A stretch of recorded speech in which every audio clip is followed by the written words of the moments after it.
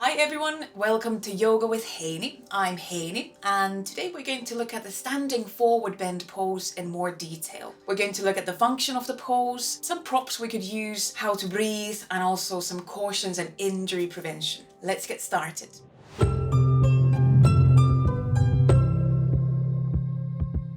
So the basic function of the standing forward bend is to open, stretch or release the back line of the body, the whole back line from your head, from your scalp, all the way down to the soles of the feet. Often the pose is taught as a hamstring stretch or back stretch, but I'd like you to think it as a full opening of the full back line.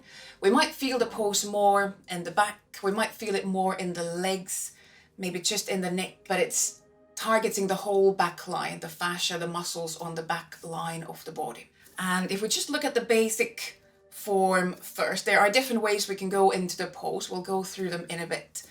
But in kind of the basic form, we are standing on our feet, we are tilting, we are leaning our upper body down and forward. Like you here already maybe see, it's an opening for the back side of the legs, and you can see my back rounding as well. So that means I'm also creating an opening on the back side of the spine. And I suggest try to let your head come down. So you're trying to also release the back of the neck. Quite often you see people doing a forward bend like this, but if you keep your neck engaged so that you're looking down, you're actually creating some tension, some activation here at the back of the neck, and that will trickle down to the rest of the spine as well. It's a full back line connected from head to your feet. So if it's okay for the neck, check that you also release the neck, the head down. You could even sometimes shake the head a bit, do a couple of yes/no movements. When we are in the forward bend, often people ask, do I have to have my legs straight? And simple answer is no. It can actually be quite beneficial to sometimes add a bit of a bending, softening to the knees, especially if you feel a lot of tightness on the back side, maybe especially in the hamstring area, because when we bend the knees, what happens, it releases that hamstring line a bit, and it might allow you to maybe go into the forward bend a bit further down with your back. It might just allow kind of overall a bit more space on the back side. If you feel it's really, really tight, then I often suggest bending the knees, especially in the beginning of the practice when the back line might feel quite tight, when we're still kind of warming up and getting the body moving. So bending the knees would be very, very welcome. I'll come up for a moment. And there are different ways we could go into the pose. There is what you often see taught is kind of hinging from the hips, kind of going into the pose through a flat back. And what that way of going into the pose suggests and kind of highlights is the movement of the pelvis forward. So we start the movement by hinging from the hips. We still keep the back in a rather long line, and we just look for movement in the hips. And that demonstrates that there is quite a lot of kind of forward tilting, forward movement in the pelvis. There's another way going into the pose, which is to roll down through the spine. And what that way of going into the pose highlights is that rounded shape, that flexion of the spine. And that demonstrates that that's part of the big part of the pose as well, that flexion, rounding of the spine. So the full pose, it's a combination of those things. That movement forward from the pelvis, a bit like showing your bum behind you, so allowing the whole pelvis to tilt from the hip joints, plus that rounding in the spine. I suggest, what I've learned from my teachers is to find a little bit movement in a lot of places. So finding that full back line opening, so it is a combination of those two. It's a combination of that round, that flexion of the spine, And then when the pelvis tilts forward, that starts to create that kind of stretch opening in the backs of the legs. Your pelvis, your sit bones attach to the back of the legs via your hamstrings. So when you start to tilt your pelvis, you start to lengthen the hamstrings. You start to maybe even create lengthening, stretching in the calves. So it's a combination of those two that then creates that full opening on the back line. So just playing with those things as you come into the pose, allowing yourself to notice where you feel the pose, where you feel maybe some stretch opening on the back line when you come down into the pose. And if you start to feel that it's really, really strong in the back, maybe there's even some painful sensation in the back, see if you could find a bit more pelvic movement, that pelvic tilt forward. Or maybe you have a tendency of going into the pose only really trying to flex from the hips, so you're trying to almost keep your back really flat. Then all the pressure goes into maybe your hips, maybe to the hamstrings. This is one of the poses that causes quite a lot of injuries in people who do yoga, because they are maybe exaggerating that movement in the pelvis and not distributing the movement evenly through the whole back line. So then if that's the case, maybe you start to feel some pain in the very top part of your hamstrings, where your hamstrings attach to your pelvis, or maybe really strong pulling in the back of the knees. Then maybe we could look a bit more that rounded shape and maybe softening the knees a bit, maybe taking some pressure off the back line. And I'll demonstrate you those two ways of going into the pose and how we might put maybe a bit too much pressure to one area. So if we go through flat back, and I'm really exaggerating these movements here. So if we go through the flat back, we would only start to tilt from the pelvis. So I'm keeping my back really, really flat, and I'm really trying to find as much movement in the pelvis as possible. So I'm still trying to keep my back really straight almost. And then at the very, very end, I start to round the back. It might put a bit too much pressure, like I said, into that hip area. Then there is that other way of coming into the pose, which is to roll down through the spine. So we focus on that spinal flexion first. So we would start to round through the back, bringing hip down, neck rounding through the back. And I'm still not moving my pelvis almost at all. I'm just rounding through the back. And I'm going kind of as far as I can before I need to start moving my pelvis. But now if I don't let my pelvis move, if I stay here, what might happen is I might start to put too much pressure into the back. If I'm not allowing the pelvis to be part of that forward bend, like you can maybe see there's a lot of rounding in the back, and I almost feel I'm kind of hanging from my lower back because I'm not allowing my pelvis to tilt. So then once we have rounded the back, we'd like to let the pelvis start tilting as well. So now I'm letting my pelvis tilt. I'm distributing the stretch more to the legs as well. I'm still keeping that rounding in the back, but I'm also allowing the pelvis to tilt. So it's a more even movement, even stress through the whole back line. And of course we can do that same with the flat back as well, just allowing the spine to round at some point. So you could go forward with that flat back. We go maybe halfway down, so we feel the pelvis is moving. Maybe we start to feel some opening in the backs of the legs.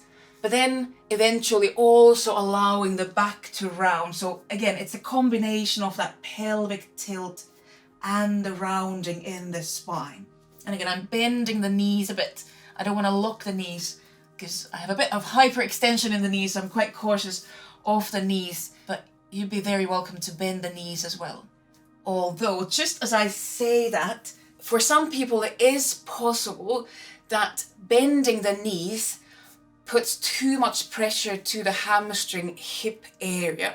So if you're down in that forward bend, you have your knees bent, maybe you're down here, and you just start to feel that it's really just going again to that top of the hamstring area or back of the knees area, then maybe actually straightening the legs would help you distribute that stress more evenly. So there's no white and black answer, there's no right or wrong, but just knowing that you have those options. You're very welcome to bend the knees, straighten the legs, and I suggest playing with them, and maybe one day one option feels better and next day another option feels better. So that might change.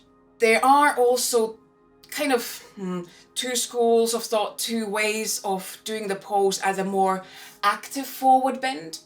When we tense, we activate the front body, versus the kind of more yin way of doing a forward bend, which is more relaxed and just more using the gravity to release the back down. So if we do the more active version, when we are in our forward bend, we try to keep some activation, engagement going on the front side of the body. So your quads, your hip flexors, maybe even the abdominal muscles. And we use that engagement, the activation on the front side, to open more on the back side. So when one side of the body, that set of muscles activated, sends a signal to the opposite side to release, to let go. So that kind of activation can be really useful in creating that opening, but also having some activation in the body can create support for the joints. So you're not just hanging on your joints, especially if you are really mobile, you have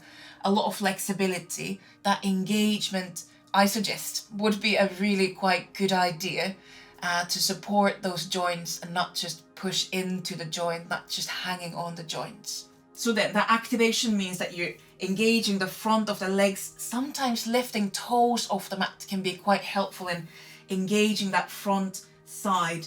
So quads, hip flexors, kind of the abdominal area. So you're almost using that front line to kind of pull yourself a bit closer. So pulling those front lines closer, but the intention is to use that activation to release the back side of the body, the set of muscles on the back side. Versus then in a yin variation, it's really about, it's called dangling. So it really is about kind of hanging down, allowing the gravity to pull the spine down, creating kind of gentle traction along the spine, maybe create a bit of length along the spine with the gravity pulling the head, the spine down. There is no right or wrong way to place your feet. And that's something really quite important to remember. I think quite often we tell people to have feet hip width apart. I try to always remember to say your feet about hip width apart, because that's one thing that affects your forward bend as well. We all have different kind of hip structure, pelvic structure, how the thigh bone sits together with the pelvic bones. So for some people, it might be useful to have the feet a bit wider apart, and that might create kind of bone-wise more space to come into that forward bend. Versus some people are really happy to have feet close together, and that might be more beneficial for their forward bend. So I would not be too strict about where the feet are, because we want to first make sure that things here in the core of the body, so in your thigh bones, your hip bones, in the pelvic area, so that things are happy there. We're not compressing anything too much. We're not pushing bones together where they shouldn't. So that you have space, you have freedom in the pelvic area to create that tilting forward. So we want to have that space for the pelvis to tilt, and you might need to adjust your feet somewhere to a different place to have that space. And also how and where the spine rounds, that's also related to where your pelvis goes. So feel free to play with where your feet are. Don't get too fixated about the feet placement. And sometimes it might be that the feet even rotate a bit out. For some people, they might rotate a bit in. So let the feet and legs find their place based on your pelvis, your hips, what's happening up here.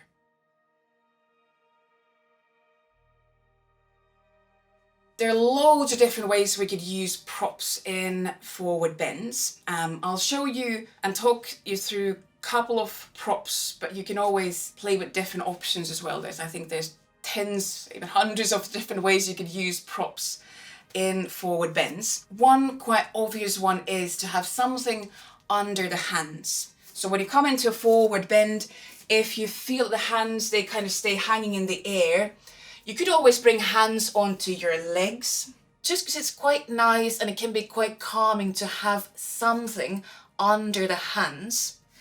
You could have hands on your shins, your legs, but having something under the hands like a block or a bolster, I think can be quite helpful. So it could be a higher block, it could be just a really flat block, but just something that you can bring your hands onto. It might help you to release the back, the shoulders, the neck a bit more. So you could have a block there under the hands, or like I said, it could be a bolster, especially when we do like a yin practice, having a bolster maybe under hands, under elbows can be quite nice. Or in a yin practice, I often suggest to also try bolster as a kind of pillar and use it maybe under the chest or even under the head when we do these kind of forward bends. So those could be quite nice props to lean onto. But then maybe one of my favorites is to use a block, or it could be a book, it could be a pillow between the legs. So I have a block here between the inner thighs, and this is now for a more active forward bend, so that you gently squeeze the block or the book, the pillow between the legs, creating a bit more activation in the inner thighs, and it might also help you to activate the front of the legs. And what I found is that people who maybe have hamstring injuries, they can benefit from this because it creates a bit more support and activation in the muscles, so you're not hanging on to those attachment points where your hamstring attaches to your pelvis or to your knee, but you're creating more support in the inner thighs, in the quad. So just gently squeezing a block between the legs as you come into that forward bend, I find it really, really quite nice, and it feels quite supported. The pose feels quite supported, although it's an active forward bend. So that could be quite nice way to use block as well. And then of course you could use chairs. You could be sitting down on a chair and lean into a forward bend from there. You might lean your chest, your arms, hands onto a chair or maybe a desk, or maybe you even lean onto a wall. So you don't even have to go into a full forward bend.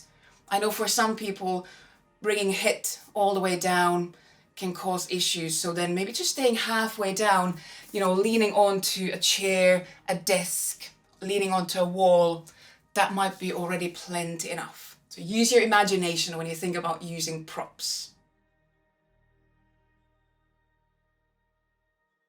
Like if you've watched any other of my videos, you might already guess that there's no right or wrong way to breathe. Going into the pose, coming out from the pose, when we are in the pose, the most important thing is that you breathe. Often we tend to go into a forward bend with the exhalation. It might be kind of more releasing way. It might release the back, it might release the whole back line, exhaling into the pose. And that would be a very nice way. So inhaling and then exhaling, starting to either roll down or maybe go through the flat back, but exhaling into the pose. And then often we tend to teach that we then inhale, use that kind of uplifting effect of the inhalation to come up, whether it's coming up through the flat back or rolling up. Often you hear inhale coming up out from the pose. And that could be a quite handy way to do it.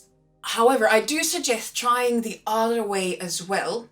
I'll suggest 3 different ways. So that's number 1. Number 2 would be to inhale, go into the pose, because we could inhale to the back side. So allow the inhalation to start that opening on the back of the torso.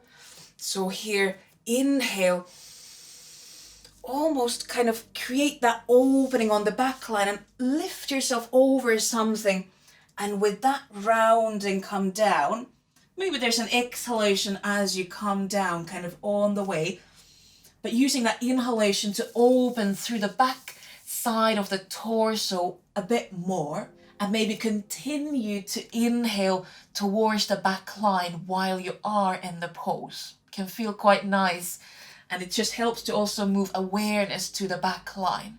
And then coming up and out of the pose with the exhalation. And this can be helpful because it can help you to support the spine with all the core structures and your abdominals as you come up. So you're not just hanging on to your spine and the ligaments, the muscles there, but actually exhale, press down, ground down through the feet, and then start to draw in through the lower belly.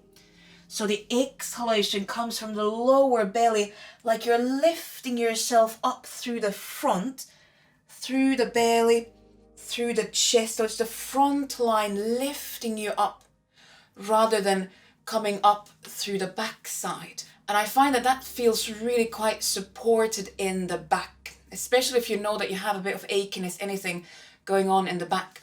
I suggest to exhale up. Really think about lifting up through the front line, through the belly, through the chest. So the front line and the exhalation starting from the lower belly, helping you come up. And that takes me to my third one. So the third one is a combination of those two.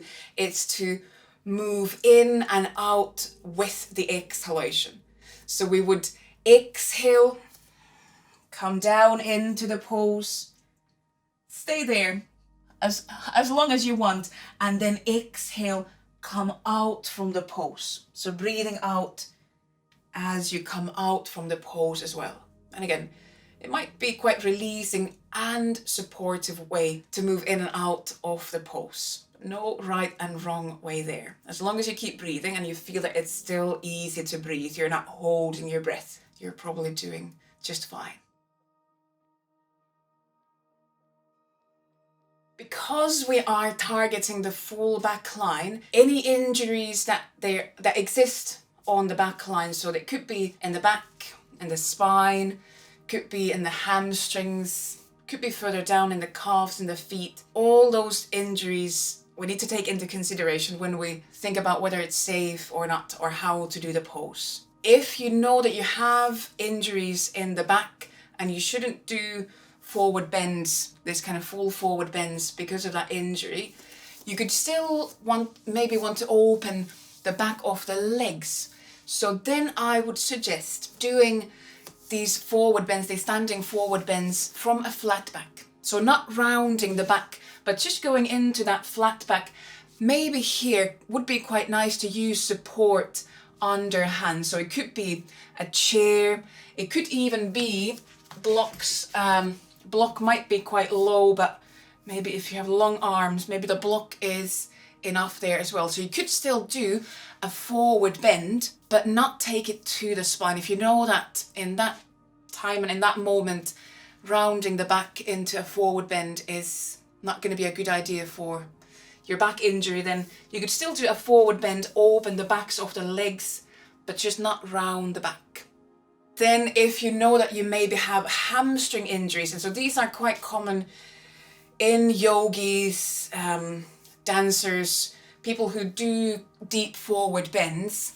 And I think one quite common thing that might cause those injuries is that kind of repeatedly using that hinge in the hips and loading the hips and loading the hamstrings too much by going into the forward bend just with a hinge and just trying to take as much as possible that lengthening, that stretching from the hamstrings by tilting the pelvis and not using that forward bend in the spine enough. So in that kind of case, like I mentioned there already, I found that using the block, so using the block to activate the legs more, could be quite handy way to access the pose, but maybe also encourage more that rounding in the back. So maybe if you know that you have injuries in the hamstrings, especially we call it a yoga butt, if we've kind of torn or just kind of aggravated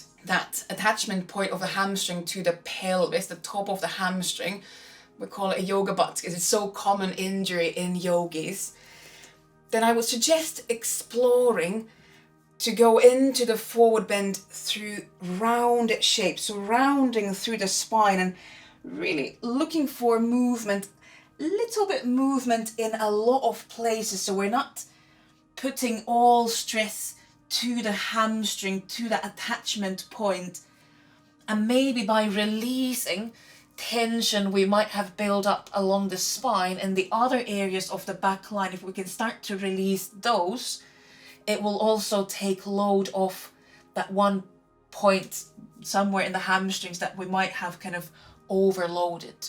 But that block between the legs might also be quite nice way to support that hamstring area, using your inner thighs maybe a bit more. But always just be really careful not to go into a point where you feel pain. So just like any pose, the forward bend, it shouldn't be painful. And if there is pain, that's a sign that something is not right.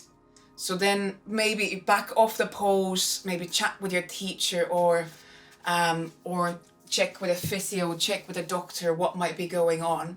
But those are quite kind of the two maybe most common ones that I come across in classes and in students, that we're loading the back a bit too much, or we're loading the hamstring area, the backs of the legs too much, and then we start to maybe feel injuries or just pain kind of niggling in that area that we're loading too much. So try to think about accessing the full back line in an even way, and then maybe that helps take that pressure and stress off an overloaded area. As always, if you have existing injuries, if you know that there are some issues already in the body, always check with your physio, your medical professional, before you practice the pose. So they can give you green light or red light whether the pose is for you and whether you should practice it or not. So always check with your medical professionals.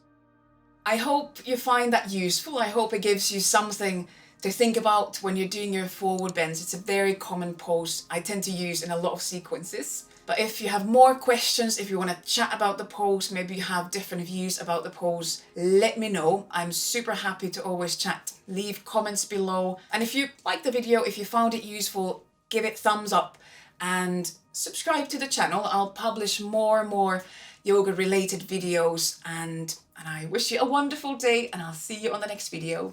Bye!